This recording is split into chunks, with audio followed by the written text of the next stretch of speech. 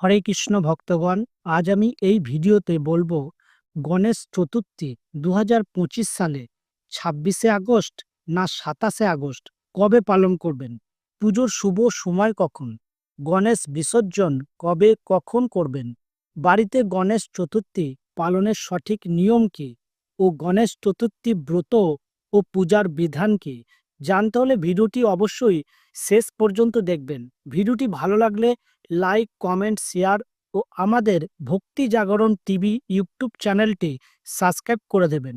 তো চলুন ভিডিওটি শুরু করি। গণেশ চতুর্থী তিথি আরম্ভ হচ্ছে বাংলা 9 ভাদ্র মঙ্গলবার, ইংরাজি 26শে আগস্ট মঙ্গলবার। সময় হলো দুপুর 12:52 8 সেকেন্ড থেকে। গণেশ চতুর্থী তিথি শেষ হচ্ছে বাংলা 10ই ভাদ্র বুধবার, ইংরাজি 27শে আগস্ট বুধবার। সময় হলো দুপুর 2:18 31 সেকেন্ডে। গণেশ পূজার শুভ সময় হচ্ছে 27শে আগস্ট বুধবার।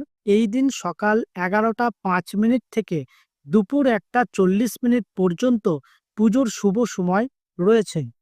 27শে আগস্ট থেকে 6 সেপ্টেম্বর অনন্ত চতুর্দশী পর্যন্ত গণেশ উৎসব পালিত হবে।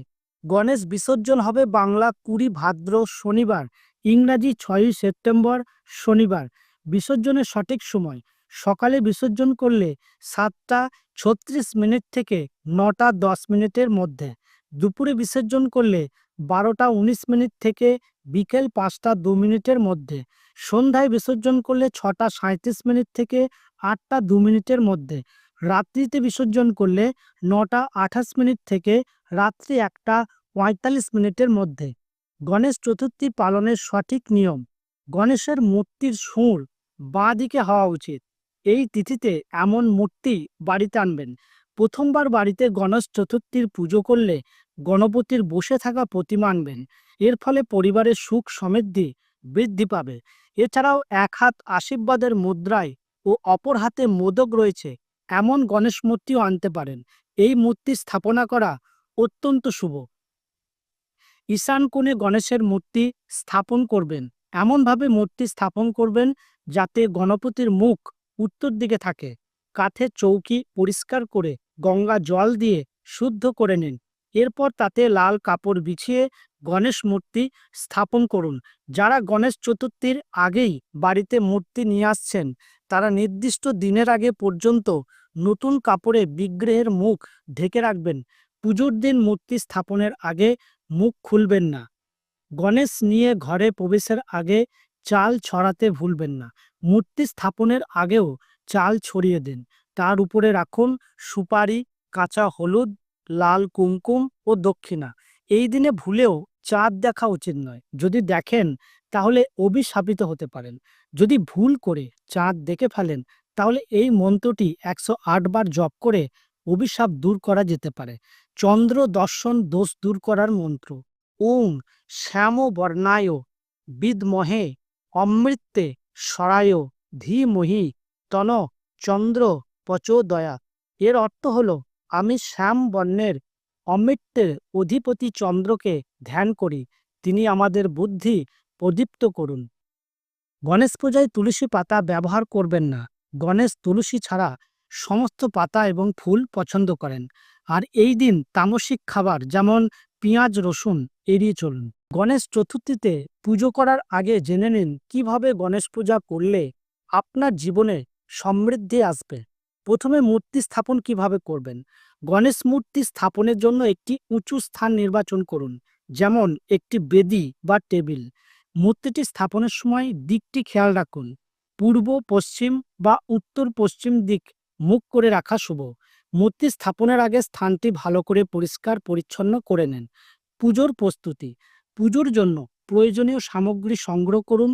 ফুল, দুব্বা, রলি, অক্ষত, ধূপ, দীপ, মিষ্টি, ফল, মোদক ইত্যাদি। পুজোর স্থানটি রঙ্গোলি দিয়ে সাজান। পুজোর সময় শঙ্খ ঘণ্টা বাজিয়ে গণেশকে এই মন্ত্রটি বলে ওম গণ গণপতায় নম স্বাগত জানান। এরপর গণেশের ধ্যান মন্ত্র পাঠ করে তার পুজো করার জন্য আহ্বান করুন। আর ধ্যান মন্ত্রটি ভিডিও ডেসক্রিপশন বক্সে দিয়ে দেব, দেখে নেবেন। ধ্যান মন্ত্র পাঠ করার পর গণেশকে পঞ্চামৃত দিয়ে স্নান করান। এরপর গণেশকে নতুন বস্ত্র পরিয়ে দিন এবং চন্দন ও ফুল অর্পণ করুন। গণেশকে যা কিছু অর্পণ করবেন এই মন্ত্রটি বলে করবেন, ওম গাং গণেশায় নমঃ। এরপর 21টি দুব্বা ঘাস, 21টি মোদক ও লাল ফুল গণেশের সামনে সাজিয়ে রাখুন। এরপর গণেশ মূর্তির সামনে নারকেল ভেঙে অশুভ শক্তিকে দূর করুন। পুজো শেষে ধূপ ও প্রদীপ জ্বালিয়ে গণেশের আরতি করুন। গণেশকে মোদক, ফল, মিষ্টি ইত্যাদি নৈবেদ্য হিসাবে নিবেদন করুন এবং গণেশের প্রণাম মন্ত্র ও শেষে গণেশ বন্দনা করে পূজা সমাপ্ত করুন। প্রণাম মন্ত্রটি হল এক দন্তম মহাকায়ম লম্বোদর গজাননম বিঘ্ন বিনাশকং দেবং হিরবং প্রণমাম্যহম। গণেশ বন্দনা হল বন্দ দেব গজানন বিঘ্ন বিনাশন নম প্রভু মহাকায় মহেশনন্দন। সর্ববিঘ্ন নাশ হয় তোমার স্মরণে, অগ্রেতে তোমার পূজা করিনু যতনে। নম নম লম্বোদর নম গণপতি, মাতা যার আদ্যা শক্তি দেবী ভগবতী। সর্বদেব গণনায় অগ্রে যা স্থান, বিধি বিষ্ণু মহেশ্বর আর দেবগণ। ত্রিনয়নী তাহার বন্দিনী শ্রীচরণ, দেবমাতা সরস্বতীর লইনু শরণ। তারপর গণেশের 108 নাম জপ করুন। ওং শ্রী গণেশায় নমঃ বা ওং গাং গণেশায় নমঃ। এরপর গণেশের মূর্তির সামনে করজোড়ে প্রার্থনা করুন পরিবারের সুখ ও সমৃদ্ধির জন্য। পুজোর শেষে প্রসাদ বিতরণ করুন। পুজো করার পর গণেশ মূর্তিকে বিসর্জন দেয়া হয়। বিসর্জনের আগে গণেশের কাছে ক্ষমা প্রার্থনা করুন এবং আগামী বছর আবার আসার জন্য অনুরোধ করুন। বিসর্জনের সময় শঙ্খ ঘণ্টা বাজিয়ে গণেশকে বিদায় জানান। গণেশ চতুর্থীর দিন এই নিয়মগুলি মেনে চললে ভগবান গণেশের আশীর্বাদ লাভ করা যায় এবং জীবনের সকল বাধা দূর হয়। আশা করছি ভিডিওটি আপনাদের সবার ভালো লেগেছে। যদি ভালো লেগে থাকে অবশ্যই একটি লাইক এবং সবার সাথে শেয়ার করবেন। আর আমাদের চ্যানেলটি যদি এখনো সাবস্ক্রাইব না করে থাকেন, চ্যানেলটিকে সাবস্ক্রাইব করে আমাদের সাথেই থাকবেন। হরে কৃষ্ণ, রাধে রাধে।